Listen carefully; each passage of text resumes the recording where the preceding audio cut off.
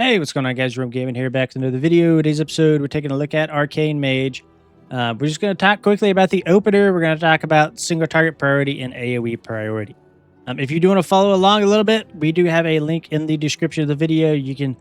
It's not going to have the opener in it, but it'll have the single target and it'll have the AoE priority in there. I'm working out through all these guides. I'm a one-man army. It's a ton of stuff, but I'm trying to get the single target and AoE priorities down for all specs, and then I'll go into the opener later when I find the time.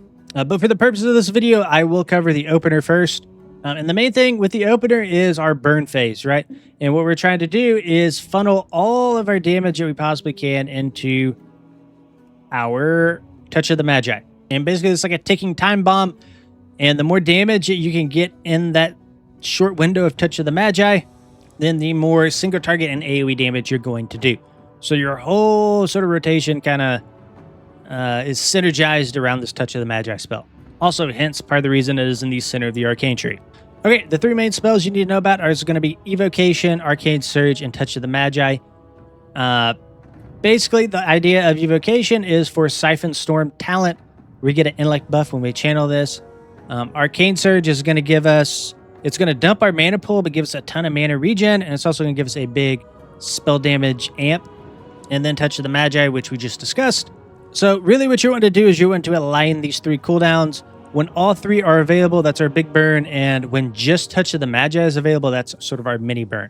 Now, two things here. Number one is in our opener, we're going to try to barrage before Touch of the Magi goes out. After. So what we're going to do is it's a very short window, but you're trying to basically have Barrage land the second we apply Touch of the Magi for maximum damage in that 12-second damage window that we get from Touch of the Magi. So in the opener, you are sending your Arcane Barrage first, and then right before it lands, you are applying your Touch of the Magi. So our opener will look something like this. We'll channel Evocation. From here, we'll Tempered Potion into an Arcane Missiles. Then we'll Arcane Orb into an Arcane Surge into our Barrage Touch of the Magi. And that should happen fairly quickly. Now, one thing that's nice about our Touch of the Magi is it's not on the GCD. So you could actually make a macro for that if you wanted to barrage directly into a Touch of the Magi. So it'd just be faster than having it on two different hotkeys, because you just have a split second, less than a second, to react before that barrage strikes a target, right? So that's kind of the opener. After that happens, we will go into either single target or AoE priority. The thing that's nice is they're both the same. AoE and single target is pretty much the exact same. And I'm not going to go over like absolutely every little thing like it's a list. I'm just going to kind of go over some of the main things that you should be tracking while you're sending your damage out. So we do have a couple procs that we're reacting to. We have our Nether Precision. We also have our Arcane Tempo. Our Arcane Tempo is not really a proc. It's mostly just, it is, but it's really just a buff that we're keeping to ourselves. We're going to make sure that we're keeping this up at all times. And then we also have our Nether Precision. So when this is active, you typically want to be sending it. And then we also have another buff that we're tracking, Arcane Harmony. And we also have another proc. We have Intuition. So long story short with these four is make sure Arcane Tempo does not fall off. And you're going to keep this up with an Arcane Barrage.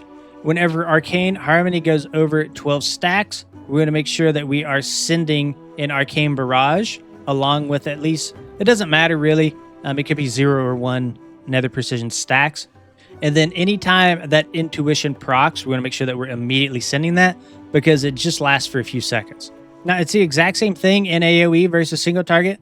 You're tracking the exact same buffs. You're reacting to the exact same priority system, I guess.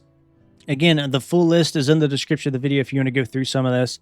Now, the thing that really differs between single target and AoE is how quickly you're going to go through your charges. You're going to build charges a lot faster in AoE versus single target. So everything just happens like twice as fast in AoE, if not faster than in a single target scenario. So anyways, we have our opener down. We have the buffs that we're tracking down. And now we know when we need to send our Arcane Barrages. So really the final question is what do we do with these Arcane charges? Well, you're relying on two things to build your Arcane charges. That's going to be a Clear Casting proc, or that's going to be your Arcane Orb. Now, if both of those are down, and you're, for whatever reason, sitting at 0 arcane charges in both single target and AoE, you're going to have to rely on an arcane explosion to build those. Because that's going to be the quickest way you can do it, because arcane blast at 1 charge just takes forever to cast. So ideally, you're not having to do that, but it's going to happen at some point or another. So just know that's what you do in that situation. And, you know, to be honest, it might just help if I actually bring up the priority list here. So we talked about intuition, we talked about arcane tempo, we talked about this in the opener. I'm not sure if we talked about shifting power. You're gonna make sure after your Touch of the Magi expires that you are using shifting power to get CDR on your Touch of the Magi and Arcane Surge and Evocation. Okay, another thing that we haven't talked about, and this is gonna be the same for single target and AoE, is your Aether Attunement. This is essentially just a beefed up arcane missiles. You gotta make sure that you're sending that pretty much anytime it procs, but you want to make sure that you're getting rid of it before your Touch of the Magi. And the reason for that is because our Touch of the Magi applies that Aether Attunement for us. So we don't be wasting proc. Another thing we're going to talk about is what do we do with our clear casting when that becomes available.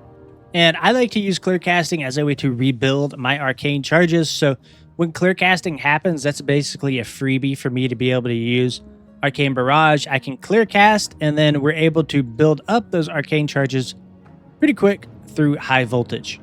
So in my head, basically what I'm just thinking is, okay, clear casting's proc, go ahead and barrage and rebuild with your arcane missiles. And then, you know, everything down here is just, again, arcane charge management. Go ahead and barrage if you have orbs available and you have 4 charges. This just talks about building with arcane orb if you have less than 3 charges. Arcane barrage whenever you get that intuition proc, which is very important. Again, this happens very quickly. Just have a couple seconds to cast that barrage. So when that happens, you're going to be on it immediately. If nothing else is available, you will go into that arcane explosion. And then from here, we can arcane blast if we're sitting on 4 charges. We don't have any orbs, or we don't have a clear casting proc to quickly get back up to 4 charges. We'll skip the barrage and we will just spam arcane blast until we can get a clear casting proc or an arcane orb.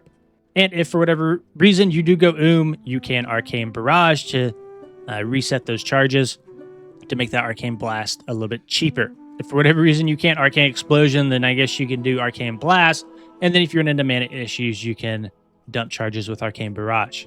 You know, we're keeping our buffs up through arcane harmony, arcane tempo. We're reacting to intuition procs as well as nether precision stacks. We're building charges with clear casting and arcane orb. And we are only dumping, again, if we have clear casting or arcane orbs to get our charges back up. Okay, let's just quickly take a look at, you know, like dummies. Let's just take the cooldowns and everything out of it, and just kind of talk about like the core rotation. So we're sitting here, we're at 4 arcane charges. Normally you're probably going to a pack with 0. But basically anytime I'm at 4 charges, I'm trying to dump with an arcane barrage, assuming, again, that I have clear casting or arcane orb to back it up. This is a very fast spec. Things happen very quickly. You have to know what the procs mean. You'll see my clear casting pop up as like a dark purple, and that is my Aether Attunement, wherever that is right here. So when that procs, then I'll be using arcane missiles, and basically you're just rotating between like these 3 or 4 spells in AoE. So let's just take a quick look at it. We'll just jump into an arcane orb here. We'll barrage at 4. We'll orb again. We got a clear casting proc, so we will continue to barrage. Okay, we'll build with arcane missiles. We'll dump, build with arcane missiles. We'll dump, build with arcane missiles. Build again. Okay, we'll have to orb here. Okay, we're still dumping. We're still dumping. We're holding on to that Aether Attunement. We'll use it now. We'll dump with barrage. Still dumping. We're still dumping. Still using it. Okay, now we can finally use that that clear casting proc. And that's really all you're doing, is you're just going between those 3 or 4 spells. That's why I think that this is such a fun spec, is because it's so reactive. Things happen so quick. And it almost feels like the enhancement shaman of casters. Like when the procs line up, you just do an insane amount of burst damage. But I do think that this is one of the easier specs in the game to make mistakes with. So yeah, guys, that's just a quick overview of Arcane Mage. Again, this is not meant to be like a pro guide or anything. This is just, my experience with Arcane Mage. Quick little guide. Hopefully it helps somebody out there. Thank you guys for watching. See you in the next one.